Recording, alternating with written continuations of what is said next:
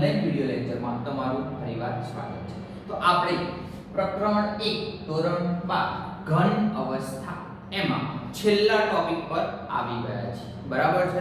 આ ટોપિક પણ વારંવાર પરીક્ષામાં પૂછાતો હોય છે। 2020 ની સાલમાં જે માર્ચ 2020 ની સાલમાં કેમિસ્ટ્રીનું પેપર હતું એમાં 3 માર્ક્સનો ક્વેશ્ચન એક પૂછાણો હતો। એ આ છેલ્લા ટોપિકમાં મેં તમને કીધું હતું આ આપણું ચેપ્ટર છે 3 ભાગમાં ડિવાઈડ થયેલું છે। પહેલો ભાગ છે સ્ફટિકમય પદાર્થો વાળો એટલે ઘન પદાર્થના પ્રકારો, પછી એકમ કોષની ચર્ચા હતી એ પણ પૂરું થાય છે। છેલ્લે આપણે ઘનતાનું સૂત્ર મેળવ્યું છે, એ પણ સૂત્ર અગત્યનું છે। એના પછી 3 દાખલા ગણ્યા, દાખલા ઇમ્પોર્ટન્ટ છે। એના પછી હવે છેલ્લો ભાગ એટલે આપણે એવું કહી શકીએ કે 75% અથવા 50% ચેપ્ટર આપણે વચ્ચેનો ભાગ છે 50% કવર કરે છે, છેડાના બે ભાગ છે 25%। એટલે આમ વિચારીએ આપણે રીતે તો 75% ચેપ્ટર પૂરું કર્યું છે। હવે આપણું ચેપ્ટર ચાલુ થાય છે માત્ર 25%, બરાબર? એટલે છેલ્લો ભાગ ચાલુ થાય છે। તો ક્વેશ્ચન એવો છે કે સ્ફટિકમાં ક્ષતિ ઉદ્ભવે છે, ક્ષતિ એટલે ત્રુટિ। તો સ્ફટિકમાં ક્ષતિ કઈ રીતે ઉદ્ભવે છે, ક્ષતિના પ્રકારો સમજાવો। લાંબો ક્વેશ્ચન નથી પૂછાતો, અંદરથી ક્વેશ્ચન પૂછાય છે। કઈ રીતે પૂછાય છે, આકૃતિ દોરવાની છે, હું સમજાવું છું, સમજવાનું છે, ધ્યાન આપો। ક્વેશ્ચન છે સ્ફટિકમાં ક્ષતિ કઈ રીતે ઉદ્ભવે છે અને ક્ષતિના પ્રકારો સમજાવો। અથવા ડાયરેક્ટ લખી નાખું છું ક્વેશ્ચન, ક્ષતિ અને બીજું શું કહેવાનું છે, ત્રુટિના પ્રકારો જણાવો, બરાબર? તો કોઈ એક સ્ફટિક ઘન પદાર્થ છે એની અંદર પરમાણુઓ ગોઠવાયેલા હોય છે, બરાબર છે? તો આપણે ચર્ચા કરીએ કે કોઈ પણ સ્ફટિકમાં લાંબા ગાળાની તેમજ ટૂંકા ગાળાની ઘટક કણોની ગોઠવણી હોય છે, બરાબર? ધ્યાન આપજો, ઉદાહરણ દ્વારા બધા જ મુદ્દા સમજાય છે। કોઈ પણ ઘન પદાર્થમાં લાંબા ગાળાની તેમજ ટૂંકા ગાળાની ઘટક કણોની ગોઠવણી આવેલી હોય છે, બરાબર? ધ્યાન આપજો, કોઈ પણ ઘન પદાર્થ હોય છે, દાખલા તરીકે આ જે ઘન પદાર્થ છે એની અંદર અણુ, પરમાણુ, ઘટક કણો એટલે કે અણુ, પરમાણુ, આયનો ગોઠવાયેલા છે।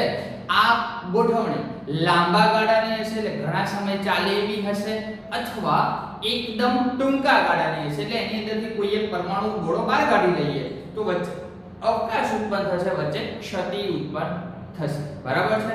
ચર્ચા કરીએ કે આ બધા જ ઘન પદાર્થોમાં જોવા મળે એવું જરૂરી નથી, બરાબર છે? તો ક્ષતિ છે, ક્ષતિઓનું વર્ગીકરણ હું સ્પેસિફિક રીતે તમને અહીંયા સમજાવું છું, સ્ટેપ બાય સ્ટેપ બધી ક્ષતિઓ ચર્ચા કરતા જઈએ। તો ધ્યાન આપજો કે ક્ષતિ છે અથવા ત્રુટિ છે એના આપણે બે પ્રકાર પાડવાના છે। મેઈન કેટલા પ્રકાર પાડવાના છે?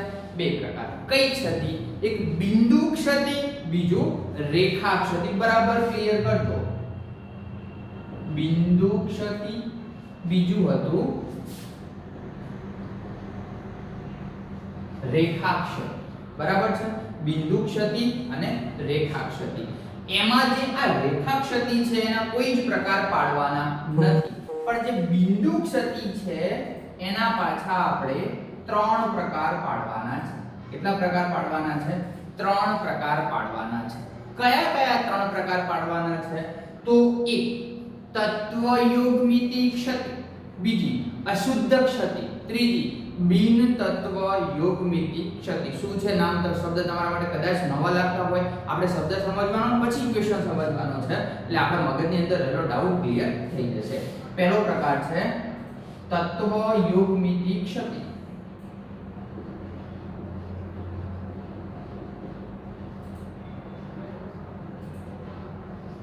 બીજો પ્રકાર છે અશુદ્ધ ક્ષતિ। કઈ ક્ષતિ? અને ત્રીજો પ્રકાર છે બિન તત્વ યુગ્મિતિ ક્ષતિ। બિન તત્વ યુગ્મિતીય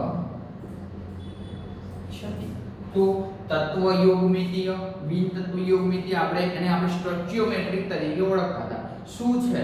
કોઈ પણ રાસાયણિક પ્રક્રિયાને સમતોલિત કરવા માટે તમે શું કરો છો? આ બાજુ Zn2 હોય તો આપણે બે આ બાજુ ગણવા જોઈએ.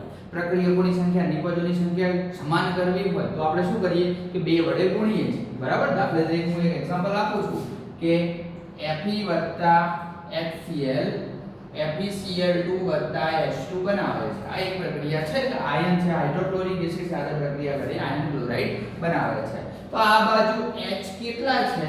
H2 છે. તો આપણે આને કેટલા વડે ગુણવું પડશે સમાન સંખ્યા કરવા માટે? 2 વડે.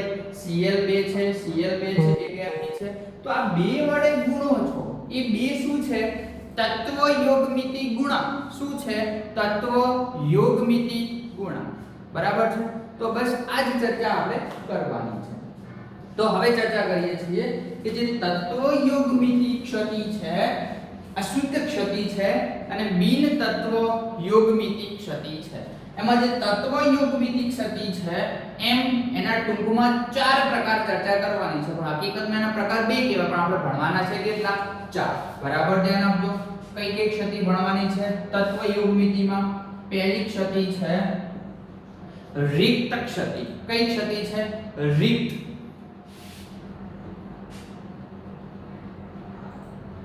બીજી છે આંતરાલીય ક્ષતિ. કઈ છે? આંતરાલીય ક્ષતિ. ચોથી છે ફ્રેન્કલ ક્ષતિ. પાંચમી છે શોર્ટકી ક્ષતિ. બરાબર છે? 4 જોવાની છે. રિક્ત ક્ષતિ, આંતરાલીય ક્ષતિ, ફ્રેન્કલ ક્ષતિ, શોર્ટકી ક્ષતિ. બરાબર છે? અને બિન તત્વ યોગમિતિ છે એના પાછા આપણે 2 પ્રકાર પાડવાના છે. બરાબર? એક છે ધાતુ વધારો ક્ષતિ,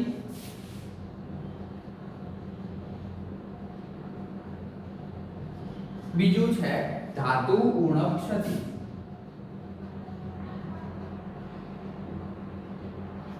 બસ આટલું વર્ગીકરણ પૂરું કરો છો એટલે ક્ષતિની ચર્ચા થશે પૂરી. બરાબર ધ્યાન આપજો. ફરીવાર ક્ષતિ છે અને ત્રુટિ કહીએ છીએ.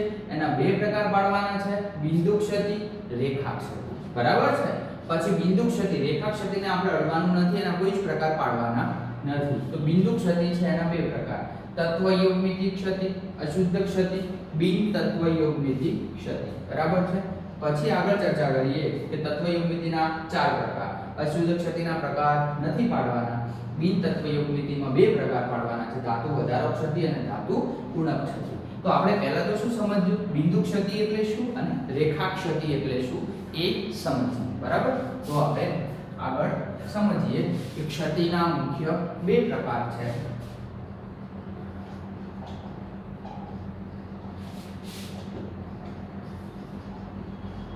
એક બિંદુ ક્ષતિ, બીજું છે રેખા ક્ષતિ. બરાબર છે? એમાં આપણે પહેલો પ્રકાર સમજીએ બિંદુ ક્ષતિ. બરાબર છે? પ્રકારને વ્યવસ્થિત રીતે સમજો. તો વ્યાખ્યા લખું છું કે સ્ફટિકમય ઘન પદાર્થના ઘટક કણો એટલે કે પરમાણુ અથવા બિંદુ. તો સ્ફટિકમય ઘન પદાર્થોના પરમાણુ અથવા બિંદુની આજુબાજુ આદર્શ ગોઠવણીમાં અનિશ્ચિતતા જોવા મળે. બરાબર? અથવા સ્પષ્ટ ગુજરાતીમાં જો કેવું હોય તો ઘન સ્ફટિકની અંદર પરમાણુની જે ગોઠવણી હોય છે એ ગોઠવણીની આજુબાજુ કોઈ તમને ખાલી અવકાશ જોવા મળે છે તો તેને બિંદુ ક્ષતિ કહે છે. બરાબર છે? તો આપણે ચર્ચા કરી દઈએ કે સ્ફટિકમય ઘન પદાર્થના પરમાણુ અથવા બિંદુની આજુબાજુ સ્ફટિકમય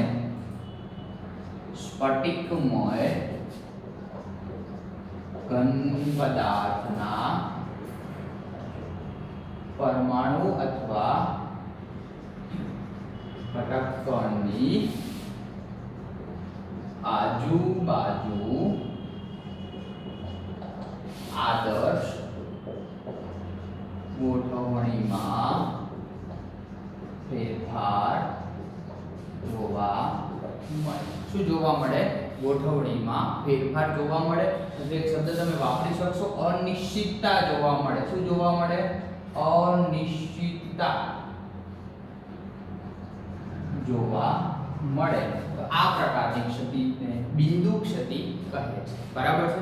આગળ ચર્ચા કરીએ. બિંદુ ક્ષતિ મારે એક ઉદાહરણ દ્વારા સમજાવી છે. તો એક ઘન પદાર્થ છે, બરાબર. આ ઘન પદાર્થની અંદર બધા જ ગોળાઓ એકબીજાને સમાંતર રીતે એકબીજાને અડકીને ગોઠવાયેલા છે, બરાબર. દાખલા તરીકે આ એક ઘન પદાર્થ છે એવું તમારે વિચારી લેવાનું છે, બરાબર. આ ઘન પદાર્થની અંદર બધા જ ગોળાઓ એકબીજા સાથે ગોઠવાયેલા છે.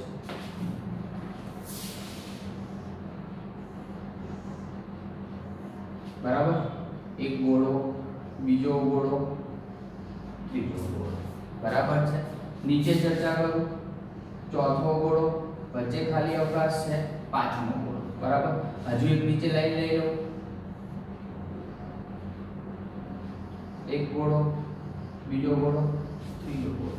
તો ગોળાઓની એક હાર હતી. એ હારમાં વચ્ચેની લાઈનમાંથી એક ગોળો જતો રહ્યો છે, બરાબર. તો ગોળો જતો રહ્યો છે તો ખાલી સ્થાન પડશે. શું પડશે? ખાલી સ્થાન. તો એ એક બિંદુ દૂર થયું છે એવું કહેવાય. શું કહેવાય? બિંદુ દૂર થયું છે. તો શું વ્યાખ્યા લખી? સ્ફટિકમય ઘન પદાર્થના પરમાણુ અથવા ઘટક કણોની આજુબાજુ ગોઠવણી છે. તો બધા જ ગોળાઓ એકબીજા સાથે કનેક્ટેડ છે. આ ગોળો આની સાથે કનેક્ટ, આની સાથે કનેક્ટ, આની સાથે કનેક્ટ, પણ આની સાથે કનેક્ટેડ ગોળો અહીંયાથી જતો રહ્યો છે. એ નિશ્ચિતતા ઉદ્ભવે છે. તો આને આપણે કઈ ત્રુટિ કહીશું? બિંદુ ક્ષતિ. કઈ ક્ષતિ કહીશું? બિંદુ ક્ષતિ. હવે આપણે જોઈએ રેખા ક્ષતિ. કઈ જોઈએ? રેખા ક્ષતિ. તો બિંદુ એટલે ટૂંકમાં સ્પષ્ટ ગુજરાતીમાં કેવું હોય તો એક જ પરમાણુ ગાયબ થાય તો એને બિંદુ. રેખા એટલે આખી હરોળ ગાયબ થાય, આખી લાઈન ગાયબ થાય. તો સ્ફટિકમય ઘન પદાર્થમાં લેટિસ બિંદુ હોય, એની લેટિસ બિંદુની સમગ્ર હરોળમાં અનિશ્ચિતતા જોવા મળે. તો સ્ફટિકમય ઘન પદાર્થમાં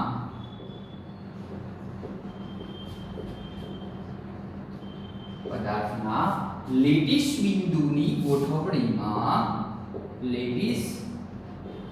બિંદુની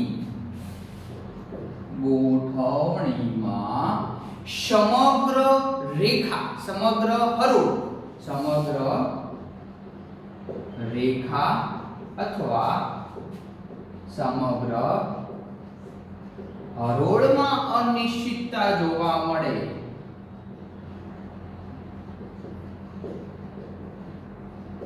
તો તેની શું કહે છે? રેખા ક્ષતિ કહે છે. રેખા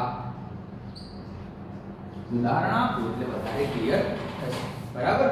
દાખલા તરીકે એક ગોળો ગોઠવાયેલો છે, બાજુમાં બીજો ગોળો, ત્રીજો ગોળો, ચોથો ગોળો, પાંચમો ગોળો, બરાબર. અહીંયા એક ગોળો, અહીંયા ગોળો,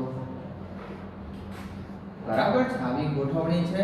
એ કંપોઝની અંદર બધા જ ગોળાઓ આ રીતે ગોઠવાયેલા છે, બરાબર. અને આ શું બનાવે છે? સમગ્ર એક ઘન સ્ફટિક બનાવે છે. શું બનાવે છે? ઘન સ્ફટિક બનાવે છે.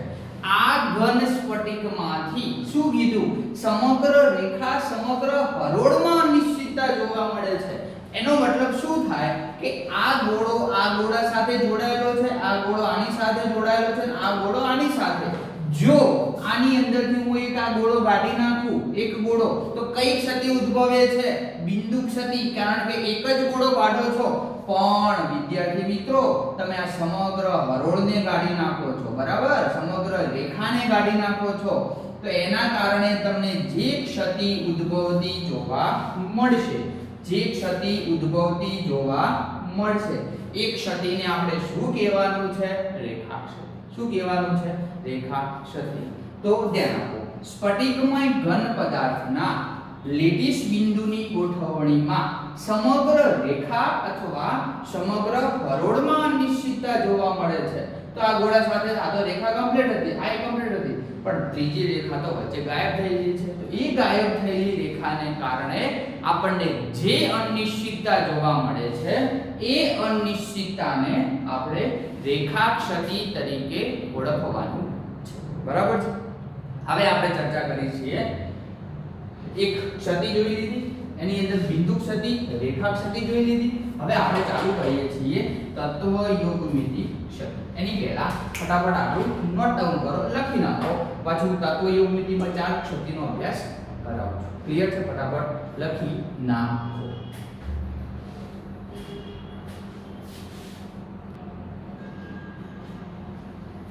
ચલો રેડી વિદ્યાર્થી મિત્રો? તો આપણે હવે જોઈએ છીએ તત્વ યુગ્મિતિ ક્ષતિ. ફરીવાર કેટલા પ્રકાર? 4 પ્રકાર પાડવાના છે. 4 પ્રકાર ડિટેલમાં જોવાના છે. ક્લિયર છે? ચલો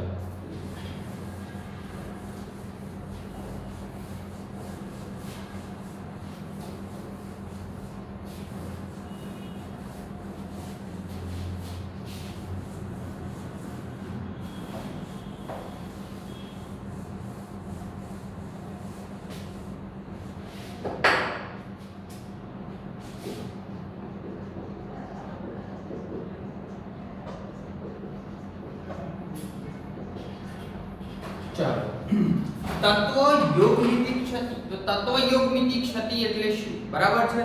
તો આ ક્ષતિ છે એ ઘન પદાર્થની તત્વ યુગ્મિતિને ખલેલ પહોંચાડતી નથી. હું તમને મુદ્દા લખી અને સમજીએ છીએ. આ ક્ષતિ ઘન પદાર્થની જે તત્વ યુગ્મિતિ છે એને ખલેલ પહોંચાડતી નથી. આ ક્ષતિ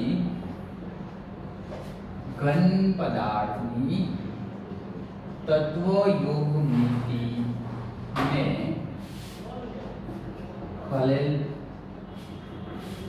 પહોંચાડતી નહીં. એટલે કે તત્વ યુગ્મિતિ ગુણાંક છે એ તત્વ યુગ્મિતિ ગુણાંકને કોઈ ફેરફાર થતો જોવા મળતો નથી. બરાબર છે? પછી ચર્ચા કરીએ કે તત્વ યુગ્મિતિ ક્ષતિ છે એને આપણે બીજા બે નામથી ઓળખવાનું છે. એક છે આંતર ક્ષતિ, બીજું છે ઉષ્માગતિકીય ક્ષતિ. તો આ ક્ષતિને આંતર ક્ષતિ અથવા ઉષ્માગતિકીય ક્ષતિ તરીકે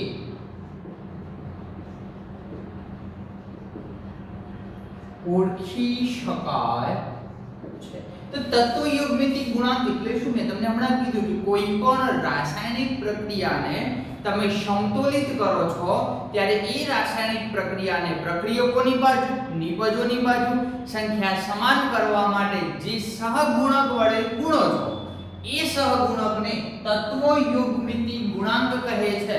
અને એના લીધે જે ક્ષતિ ઉદ્ભવે છે એને આપણે શું કહેવાનું છે? તત્વ યુગ્મિતિ ક્ષતિ. તો બે પ્રકારો પાડવાના હતા. આમ હકીકતમાં આપણે કેટલા પ્રકારો પાડવાના છે? 4. કયા કયા? રિક્ત ક્ષતિ એટલે ખાલી ક્ષતિ, આંતરાલીય ક્ષતિ, ફ્રેન્કલ ક્ષતિ, શોર્ટકી ક્ષતિ.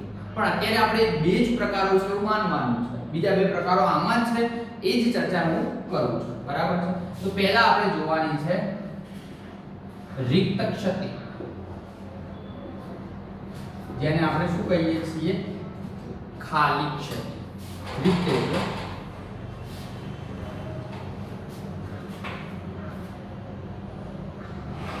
ખાલી ક્ષતિ, રિક્ત ક્ષતિ સમજાવો. બરાબર છે? ચર્ચા કરીએ કે કેટલાક લેટિસના સ્થાન ખાલી હોય છે. બરાબર છે? ત્યારે આ ક્ષતિ ઉદ્ભવે છે. કેટલાક લેટિસના સ્થાન ખાલી હોય છે ત્યારે આ ક્ષતિ ઉદ્ભવે છે.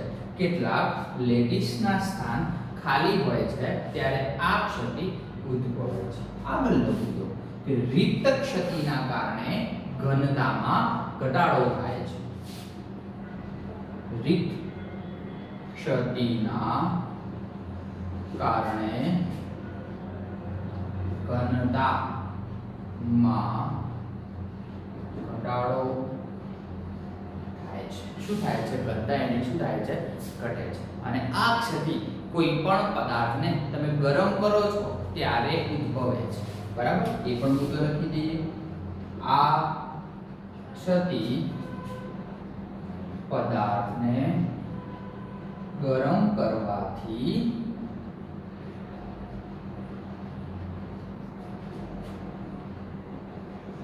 ઉદ્ભવે છે. આ ક્ષતિ એ કોઈ પણ પદાર્થને ગરમ કરવાથી ઉદ્ભવે છે. બરાબર છે. તો ધ્યાન આપો કે કેટલાક લેટીસના સ્થાન ખાલી હોય છે. આ પણ એક આપણે બિંદુ ક્ષતિ છે. જે રીતે આપણે બિંદુ ક્ષતિનું ઉદાહરણ લીધા હતા એ જ રીતે સમજવાનું છે. બિંદુ ક્ષતિ હતી એ જ રીતે સમજવાનું છે કે આ બધા સ્ફટિકો એકબીજા સાથે ગોઠવાયેલા હોય છે. બરાબર છે. હવે તમે આને ગરમ કરો. બરાબર. આ ઘન પદાર્થને તમે શું કરો છો? ગરમ કરો છો. ત્યારે આની અંદરથી કોઈ એક ઘન પદાર્થ હશે. એ ઘન પદાર્થ દૂર થઈ જશે. શું થઈ જશે? દૂર થઈ જશે. દૂર થઈ જશે તો આ સ્થાને શું થશે? ખાલી અવકાશ જોવા મળશે. શું જોવા મળશે? ખાલી અવકાશ જોવા મળશે. દાખલા તરીકે અહીંયા પણ મોલેક્યુલ છે, અહીંયા પણ એક મોલેક્યુલ છે. સમગ્ર સ્ફટિકની અંદર મોલેક્યુલ ગોઠવાયેલા છે. તો આપણે એને ગરમ કરશું તો આ સ્થાને ખાલી પડી જશે. બીજો કોઈ એવો મોલેક્યુલ હોય તો એમાં પણ શું થશે? સ્થાન ખાલી પડી જશે. બરાબર. તો આપણે આ તો ચર્ચા કરી હતી. શું ચર્ચા કરી હતી? ઘનતા બરાબર દળ ભાગ્યા કદ. બરાબર છે. તો હવે હું એવું કહું છું કે આની અંદર એક દાખલા તરીકે કેટલા પરમાણુ હતા? 1 2 3 4 5 5 6 7 8 9 10 11 12 13 14 15. એક અમારો સ્ફટિક છે. એની અંદર 15 પરમાણુ ગોઠવાયેલા છે. બરાબર. હું આને ગરમ કરું છું આ ઘન પદાર્થને તો એની અંદરથી એક પરમાણુ ગાયબ થઈ જશે. એટલે એ સ્થાને ખાલી અવકાશ જોવા મળશે. તો ટોટલ પરમાણુ કેટલા હતા? 15. વધ્યા કેટલા? 14. તો એક પરમાણુ ગાયબ થઈ ગયો. 14 પરમાણુનું દળ એ 15 પરમાણુનું જે દળ છે એ વધુ હશે. કોની સાપેક્ષે? આ. બરાબર છે. દાખલા તરીકે એક હું કહું છું કે 15 પરમાણુ છે અને એ બધાનું દળ કેટલું છે? 2 ગ્રામ. તો ટોટલ કેટલા ગ્રામ થશે? 30 ગ્રામ. એમાંથી વધ્યું કેટલું? 14 પરમાણુ વધ્યા. 14 નું બધાનું 2 ગ્રામ છે. તો કેટલા? 28 ગ્રામ થાય છે. તો બીજું 2 ગ્રામ કયું કે? તો દળમાં શું થયો? વધારો થયો કે ઘટાડો? દળમાં ઘટાડો થયો. શું થાય છે? દળમાં ઘટાડો થાય છે. જો ઘનતા બરાબર દળ ભાગ્યા કદ હોવાથી શું કરી શકાય? કે આવું લખી શકાય? ઘનતા ચલે છે દળ. ઘનતા ચલે છે દળ. કેવા પ્રમાણમાં છે? સમ પ્રમાણમાં છે. કેવા પ્રમાણમાં છે? સમ. અને કદ એના કેવા પ્રમાણમાં છે? વ્યસ્ત પ્રમાણમાં છે. કેવા પ્રમાણમાં? વ્યસ્ત પ્રમાણમાં. તો ઘનતા વધતી હશે તો દળ શું થશે? વધતું હશે. પણ દળ શું થાય છે? 2 ગ્રામનો ઘટાડો જોવા મળે છે. દળ ઘટે છે તો ઘનતા શું થવી જોઈએ? ઘટે છે. તો ક્ષતિના કારણે ઘનતામાં ઘટાડો થાય છે. શું થાય છે? ઘનતામાં ઘટાડો થાય છે. બરાબર. તો આ હતી રિક્ત ક્ષતિ. હવે આપણે જોઈએ છીએ આંતરાલીય ક્ષતિ. બરાબર.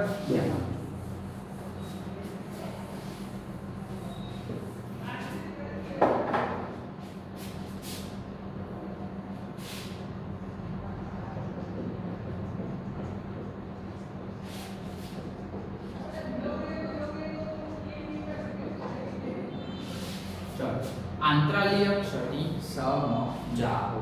તો જ્યારે કોઈ સ્ફટિક લેટીસના સ્થાન ખાલી હોય છે ત્યારે આ ક્ષતિ એટલે કે આપણે એ તો ક્ષતિની ચર્ચા પૂરી કરી છે. તો જ્યારે રિક્ત ક્ષતિ ક્યારે ઉદ્ભવશે? કે કોઈના સ્થાન ખાલી છે, કોઈ પરમાણુ ગાયબ થઈ જશે. બરાબર છે. હવે આપણે ચર્ચા કરીએ આંતરાલીય ક્ષતિ. એટલે આંતરાલીય સ્થાન એટલે ખાલી સ્થાન. બરાબર છે. તો કેટલાક ઘટક કણો અણુ હોય, પરમાણુ હોય, આયન હોય એ આંતરાલીય સ્થાન મેળવે છે ત્યારે આંતરાલીય ક્ષતિ ઉદ્ભવે છે. કોઈ પણ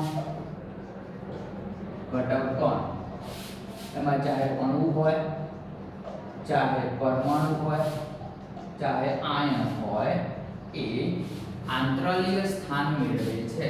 શું મેળવે છે? આંતરાલીય સ્થાન મેળવે છે. જો આંતરાલીય સ્થાન મેળવતું હશે તો આપણને આ ક્ષતિ ઉદ્ભવતી જોવા મળશે. ત્યારે આંતરાલીય ક્ષતિ ઉદ્ભવે. શું જોવા મળે છે? આંતરાલીય ક્ષતિ ઉદ્ભવે છે. આગળ ચર્ચા કરીએ કે ઘનતામાં શું થાય છે? વધારો થાય છે. તો આંતરાલીય ક્ષતિમાં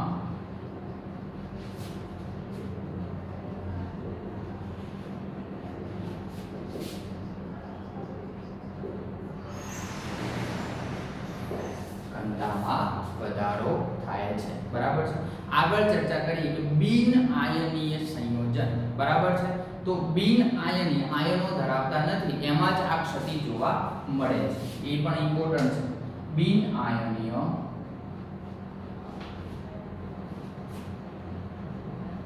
ઘન સ્ફટિકમાં આ ક્ષતિ જોવા મળે છે। તો બિન આયનીયમાં જોવા મળતી હશે તો આયનીયમાં તો જોવા નહીં મળતી હોય તો આયનીય માટે આપણે બીજી ક્ષતિનો અભ્યાસ કરવો પડશે। એ જ મેં તમને કીધું કે ફ્રેન્કલ ક્ષતિ અને શોર્ટકી ક્ષતિનો અભ્યાસ કરી શકાય છે, બરાબર છે। કારણ કે આયનીય સંયોજનમાં વિદ્યુતીય તટસ્થતા જળવાવી જોઈએ, આમાં જળવાતી નથી। આયનીય સંયોજનમાં વિદ્યુતીય તટસ્થતા જળવાવી જોઈએ, જે આ સંયોજનમાં જળવાતી નથી। ક્લિયર છે? તો આ ક્ષતિ આપણને કઈ રીતે ઉદ્ભવે છે એની આપણે ચર્ચા કરીએ, બરાબર। એક પરમાણુ બીજો, બરાબર, અથવા એક ગોળાઓ એકબીજા સાથે ગોઠવાયેલા હોય છે। 1 2 3 4 5 6 7 8 9 10, બરાબર। આ 12 પરમાણુઓનો એક સમૂહ છે, બરાબર છે। તો 4 3 ની લાઈન છે, એની અંદરથી દાખલા તરીકે આ એક ગોળો છે, બરાબર છે। આ એક ગોળો એ ત્યાંથી નીકળી જશે અને આ બંને ગોળાઓ છે એમની વચ્ચે જે આંતરાલીય સ્થાન છે, ખાલી સ્થાન છે, એમાં ગોઠવાઈ જશે, બરાબર। ચલો હજુ વધારે અસંખ્ય ગોળા બતાવીએ નીચે એટલે આપણને સમજવામાં થોડું ઈઝી થાય, બરાબર છે। તો શું થશે કે આ ગોળો પણ અહીંથી નીકળી જશે, એ આ બંને વચ્ચેના આંતરાલીય સ્થાનમાં ગોઠવાઈ જશે, બરાબર। તો ધ્યાન આપજો, આપણે શું ચર્ચા કરી? ઘનતા બરાબર દળ ભાગ્યા બળ, બરાબર છે। ચલો કદમાં કોઈ ફેરફાર થતો નથી, દળમાં પણ કોઈ ફેરફાર નહીં થતો હોય। કેમ ફેરફાર નહીં થતો હોય? તો આર્ય પરમાણુ બંને વચ્ચેના આંતરાલીય સ્થાનમાં ગોઠવાય છે। તો અહીંયા જે ક્ષતિ ઉદ્ભવે છે, આ ક્ષતિ ઉદ્ભવે છે, અહીંયા ક્ષતિ ઉદ્ભવે છે, તો ક્ષતિ ઉદ્ભવશે તો નવો કોઈ પરમાણુ આવશે, નવો કોઈ પરમાણુ દાખલ થશે, તો નવો પરમાણુ દાખલ થવાને લીધે દળમાં શું થશે? વધારો થશે। દળ વધશે તો ઘનતા શું થશે? વધશે, કારણ કે ઘનતા અને દળ એકબીજાના સમપ્રમાણમાં છે, બરાબર। ધ્યાન આપજો, દળ વધે છે, ઘનતા વધે છે, બરાબર। તો આ જે રિક્ત સ્થાન છે, ખાલી સ્થાન છે, ત્યાં કોઈ નવો પરમાણુ દાખલ થશે તો મેં તમને કીધું હતું કે 15 પરમાણુ અહીંયા કેટલા છે? 1 2 3 4 4 ને 4 8 ને 4 12 ને 4 16 પરમાણુ છે, દળકનું 2 ગ્રામ છે તો 32 ગ્રામ થાય છે। પણ આ ખાલી સ્થાન છે, એક પરમાણુ અહીંયા જતો રહ્યો તો રિક્ત સ્થાન પડ્યું રહ્યું, ત્યાં કોઈ નવો પરમાણુ દાખલ થાય છે તો આ તો ખરી પણ એક બીજો આવે છે તો કેટલા થશે? 4 4 8 4 12 16, બરાબર। બીજા બે પરમાણુ ગણી લો, કારણ કે બંને વચ્ચેનો જે ખાલી અવકાશ છે એમાં ગોઠવાયેલા હોય છે। તો આ શું હતું? આંતરાલીય ક્ષતિ। આપણે કઈ ક્ષતિ ભણ્યા? રિક્ત ક્ષતિ અને આંતરાલીય ક્ષતિ। ફટાફટ આટલું નોંધી લેજો।